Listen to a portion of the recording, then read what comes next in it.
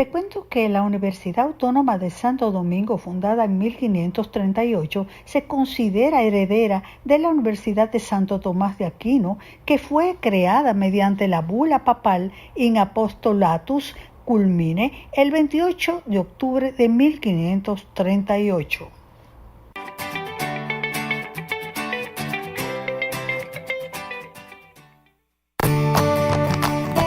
Farmacias Carol presenta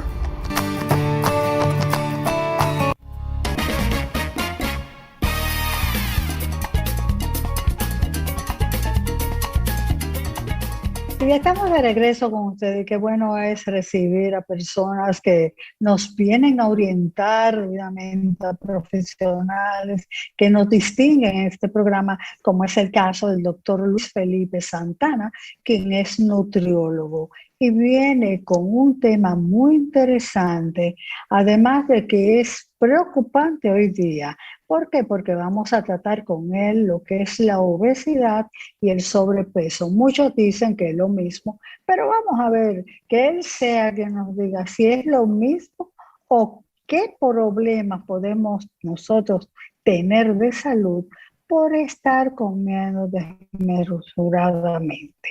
Así que bienvenido, doctora, a este programa. Ahora es un privilegio tenerle. Muchas gracias y gracias por la invitación. De verdad es un placer para mí poder estar aquí y hablar de este tema que es tan importante para nosotros, sobre todo nuestro país, República Dominicana, que tenemos una incidencia tan alta de sobrepeso y obesidad. Así es, doctor. Mucha gente confunde lo que es la obesidad con el sobrepeso. ¿Es lo mismo? No, no es lo mismo y tenemos que reconocer que hay una diferencia, sobre todo en la condición de la obesidad, que ya es considerada una enfermedad. La OMS considera la obesidad como una patología, como una enfermedad.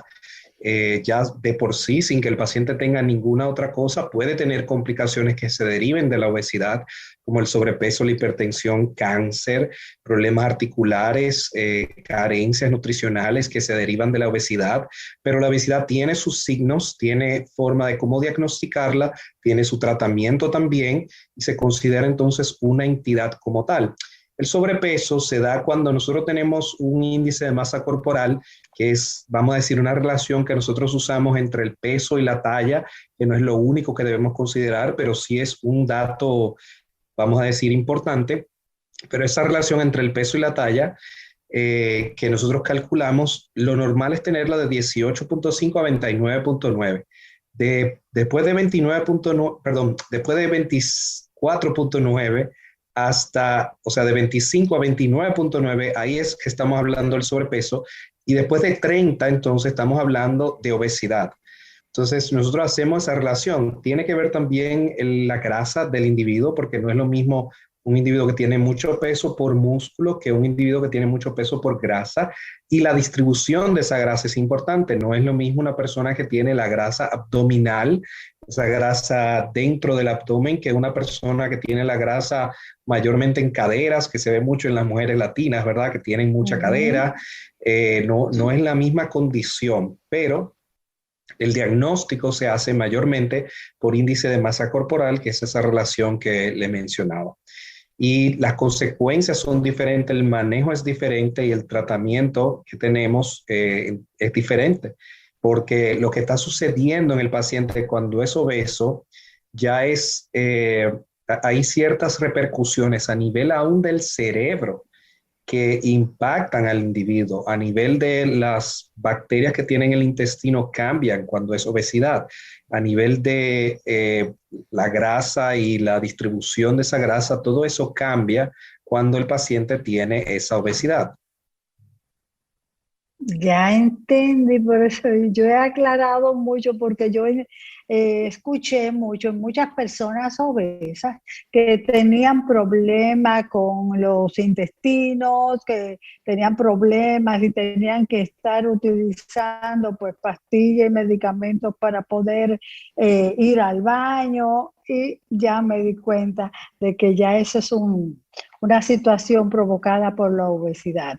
A ver, ¿qué causa la obesidad? ¿El mal comer solamente esos hábitos alimenticios que quizás desde niños nos acostumbran nuestros padres. Claro, hay una serie de factores que influyen aquí. La obesidad es una enfermedad multifactorial. Hay un exceso de ingesta de calorías, claro, o sea, hay más calorías que están entrando que las calorías que se están gastando. Y yo le digo a los pacientes, usted nunca ha visto un maratonista gordo, un maratonista obeso, no, no es posible, porque las calorías que tiene que gastar un maratonista, pues son muchas y no hay forma de que esté obeso. Ahora, eso no significa que es solamente algo tan sencillo como, bueno, es dejar de comer, no, porque hay muchas cosas que influyen en esto. El metabolismo no es el mismo en todo el mundo. La actividad física, como yo decía, no es la misma en todo el mundo. Y hay ciertas condiciones que pueden irme afectando, que me hacen más propenso a ser obeso o me hacen más propenso también a hacer, a comer más o a desarrollar más grasa, a tener la grasa en ciertas áreas del cuerpo. O sea, todo esto va influyendo también. Si estoy tomando algún medicamento, esto me puede influir. Mi estilo de vida, el tipo de alimentación, hay sustancias dentro de los alimentos que ya hemos identificado que son obesogénicos, o sea, que pueden inducir a la persona a acumular más grasa. Y en eso hay muchas cosas del estilo de vida que uno tiene que tomar en cuenta. Por eso hay países que tienen una tasa de obesidad más alta que otra. No es solamente la calidad de los alimentos, el estilo de vida. Hay países que se mueven caminando de un sitio a otro.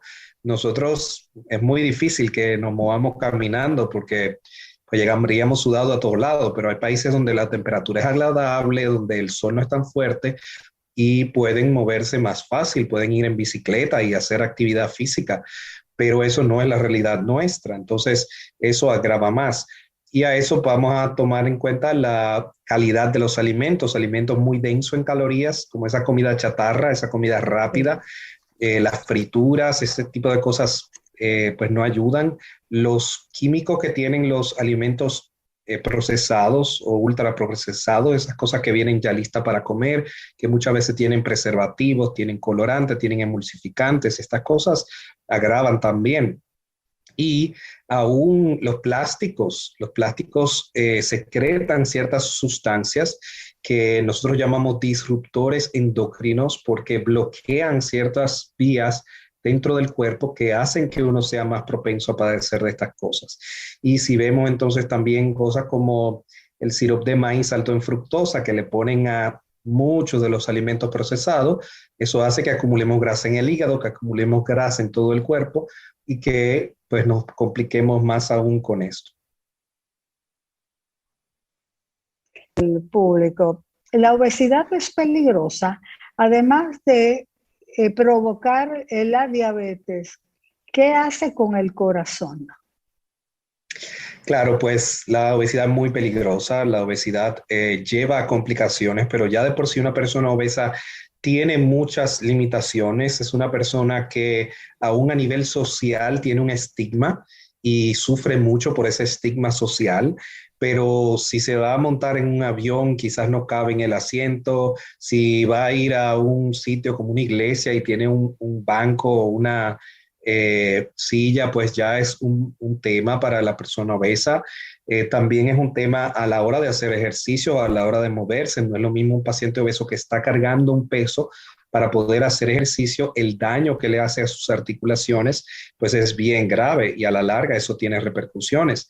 A cosas como el corazón, como mencionaba, pues claro, tiene consecuencias porque nosotros tenemos que ver que ese exceso de grasa no es solamente debajo de la piel, ese exceso de grasa es entre los intestinos, ese exceso de grasa está en las arterias, está en el corazón, entonces te hace más propenso a padecer infartos, te hace más propenso a tener hipertensión, te hace más propenso a padecer de cáncer. O sea, hay muchas complicaciones que vienen con esa relación entre la obesidad y el exceso de grasa. Eres más propenso a padecer de dislipidemia, triglicéridos y colesterol elevado. por esta obesidad. Entonces, todo eso influye. No podemos descartar la relación de la obesidad con la apnea del sueño. El paciente obeso tiende a tener más apnea del sueño, o sea, dejar de respirar cuando duerme. Y esto es peligrosísimo. El paciente no solamente que tiene un riesgo porque dejó de respirar cuando duerme, se despierta muchas veces en la noche y eso hace que no descanse apropiadamente. Cuando no descansas apropiadamente, pues tienes mayor probabilidad de padecer de muchas enfermedades también. ¿Por qué? Porque tu cuerpo no tiene tiempo suficiente para repararse, para eliminar ciertas toxinas que necesita hacer durante la noche. O sea, esto no sucede adecuadamente en esos pacientes. Tienen sueño durante el día y hasta se pueden dormir manejando. O sea que es muy, muy peligroso toda la obesidad y las consecuencias que se derivan de la obesidad. Wow. Doctor, ¿qué importancia tiene la herencia en la aparición de la obesidad? Claro, esto es algo que nosotros lo escuchamos a veces de los pacientes, ¿verdad? Yo soy obeso, pero eso es de familia. Y lo Ujú. que se ha visto es que hay algunos componentes, hay ciertos genes y variaciones genéticas que pudieran afectar a la persona obesa para predisponerlo, pero es un porcentaje bien bajo, digamos, de los factores. También es más un tema cultural. Hay unas famosas pinturas de un artista famoso de Colombia que es Botero, que la ciudad de Bogotá está lleno de Ujú. estatuas y pinturas de Botero, porque él dibuja a todos los personajes gordos obesos, ¿verdad? O sea, todos son obesos dentro de la pintura. Y cuando uno ve la familia de Botero, que uno ve papá, mamá, hijos, uno ve hasta el perrito que está obeso. Y lo que sucede con eso es que se muestra con esa pintura, vamos a decir, se ilustra que es algo más cultural, es qué sucede en la casa, cuáles son los hábitos dentro de la casa. Porque cuando hay una cultura de hacer ejercicio, comer saludable, es raro que las personas realmente desarrollen obesidad, aun cuando tengan padres obesos. Y eso lo podemos ver. Yo tengo pacientes que su familia son obesos, pero ellos no son obesos. ¿Por qué? Porque se han manejado, se han tratado. Entonces, eso es importante hacer esta distinción, que la genética puede tenerme un cierto factor, igual que la diabetes, igual que cualquier otra enfermedad crónica, pero no es determinante. Y otro de los argumentos, vamos a decir, que usamos para desmitificar esto, es que la genética la tenemos desde que nacemos. Y usted no ve un niño obeso, o es muy raro ver un niño obeso, muy, muy raro ver un Claro. niño obeso. De hecho, esos pacientes que son obesos cuando adultos, usted puede preguntarle cuándo usted empezó a ganar de peso y usualmente te dicen, mira, a partir de tal edad en la adultez empiezan a ganar peso. Puede suceder cuando niños, claro, si tu mamá te sobrealimenta, pues también pues, hay niños obesos y lo estamos viendo cada vez más porque ahora, lamentablemente, no tenemos la cultura de los padres enseñarle a comer a los hijos, sino que los hijos comen lo que quieren. Sí, y a veces los padres, porque no comen berenjena, no le dan berenjena al niño. O sea que le hacen el menú de acuerdo a sus gustos, no porque al niño le convenga tal o cual vegetal o cual comida. Claro, Y es eso está así. afectando. Y eso lo vemos desde chiquitito. O sea, aun cuando aprenden a comer, no le gusta la puré de auyama. Pues no se lo doy. No funciona de esa manera. Hay que enseñarles a comer porque nosotros aprendemos a comer ciertas cosas que Y quizás muchos, inicialmente no nos gustan. y muchos dicen que no lo comen, pero nunca lo han probado tampoco. Tampoco. Doctor, una preguntita del público. Sí. Háblenos un poco de la obesidad mórbida. Claro, la obesidad le decimos obesidad mórbida, pero realmente nosotros tenemos tres etapas, vamos a decir, de obesidad y eso lo determinamos también por el índice de masa corporal. Estamos hablando de un índice de masa corporal de 30 a 34,9 es obesidad grado 1, obesidad grado 2 de 35 a 39,9 y obesidad grado 3, que es el mayor grado o lo que la persona le dice en obesidad mórbida, es cuando tiene un índice de masa corporal por encima de 40. Y es esta persona que a leguas, ¿verdad? De lejos se ve que está obesa y tiene mayores riesgos que cualquiera de los otros estadios. Tiene mayor capacidad de complicarse, tiene mayor pérdida funcional, ¿verdad? O sea, no puede moverse de la misma manera. Muchas veces son estas personas que tienden a estar siempre sentados porque aún pararse les es difícil y mantenerse de pie también es difícil. Y pues mayor riesgo de cualquier otra de esas condiciones y debe ya tener otro esquema de tratamiento. La cirugía bariátrica, por ejemplo, se considera en esos pacientes, aunque no tenga ningún tipo de complicación, pues califica para una cirugía bariátrica si tiene un índice de masa corporal por encima de 40. Y yo quiero hacer una nota aquí porque a veces las personas nos oyen hablando de esto de índice de masa corporal y pues quizás no tienen la oportunidad de ir donde un nutriólogo para que lo mida o un médico, ¿verdad? Que pueda medirlo, tallarlo, pesarlo y calcular su índice de masa corporal, pero fíjense que no es necesario, y esto es lo interesante, se ha invertido en una aplicación web que es interesantísimo de inteligencia artificial, patrocinado por Novo Nordisk, que se ha desarrollado en una página de internet que todo el mundo puede acceder, se llama soymaria.com.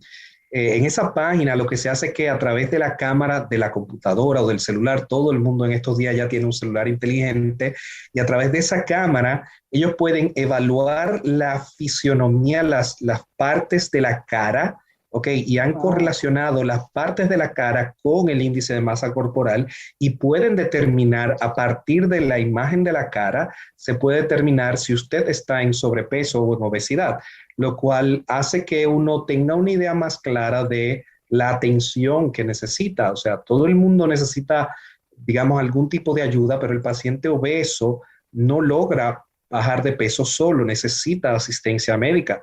Acuérdense que es una enfermedad y ya hay cambios que han ocurrido en el cerebro, en el cuerpo, a nivel del metabolismo, que esa persona necesita una ayuda. Eso es como decirle a un paciente asmático que está en una crisis, ¿verdad? Que tiene el pecho apretado, para decirlo en buen dominicano, y no puede respirar, y uno le dice, respira, pero tú lo que tienes que respirar. Sí, no, yo quiero respirar, pero yo no puedo respirar porque tengo un problema de inflamación que no puedo. Lo mismo pasa con el paciente obeso. Uno le dice, deja de comer, o uno le dice, lo que tiene que hacer ejercicio, pero ese paciente no puede hacerlo solo, necesita ayuda, necesita un médico, necesita un tratamiento adecuado de acuerdo a esas necesidades. Entonces, aplicaciones como esta nos ayudan para nosotros determinar y ver si yo estoy en obesidad con una simple imagen de la cara.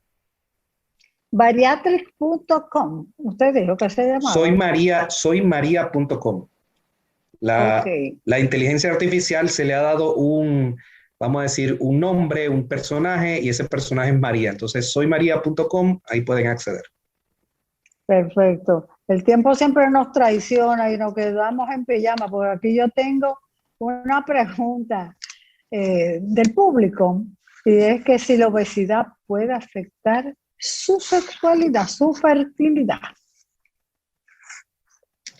Sí, pudiera afectar. Acuérdense que afecta a todos los vasos grandes y pequeños y eso puede crear ciertos daños. Aparte de que la obesidad te cohíbe en cierta medida a nivel social y hay personas que tienen una obesidad tal que no pueden ver sus partes privadas, tanto mujeres como hombres. Entonces, eso limita las posiciones, limita a los compañeros que acceden, digamos, a estar con una persona obesa. O sea que de diversas maneras puede afectar. Es complicado. Sí. Doctor, yo sé que nos quedamos con muchas inquietudes todavía porque los tratamientos es algo muy importante, sobre todo la información que nos pueda suministrar un especialista como usted, nutriólogo. ¿Nos podría hablar de esos tratamientos un poquito condensado, aunque volvamos a invitarle de nuevo para hablar de todo esto y de qué forma nosotros como ciudadanos tenemos que cambiar nuestros hábitos para tener algo más saludable, una mayor vida? Claro, y esto lo podemos hablar en otro momento más extensamente, pero para decirlo breve, la base del tratamiento donde todo el mundo tiene que estar es dieta y ejercicio o modificación del estilo de vida implica también la relación que nosotros tenemos con los alimentos, la conducta alimentaria, pero la dieta y el ejercicio son bases, son clave. También nosotros tenemos diferentes tipos de dietas. Tenemos medicamentos que, gracias a Dios, ya tenemos en el mercado medicamentos que están aprobados para uso en la obesidad. Tenemos procedimientos como el balón intragástrico o la cirugía bariátrica, que son un conjunto de procedimientos que puede ayudar al paciente a modificar su estilo de vida. No le quita la obesidad, sino que le ayuda a modificar su estilo de vida, que recuerden es la base de todo tratamiento.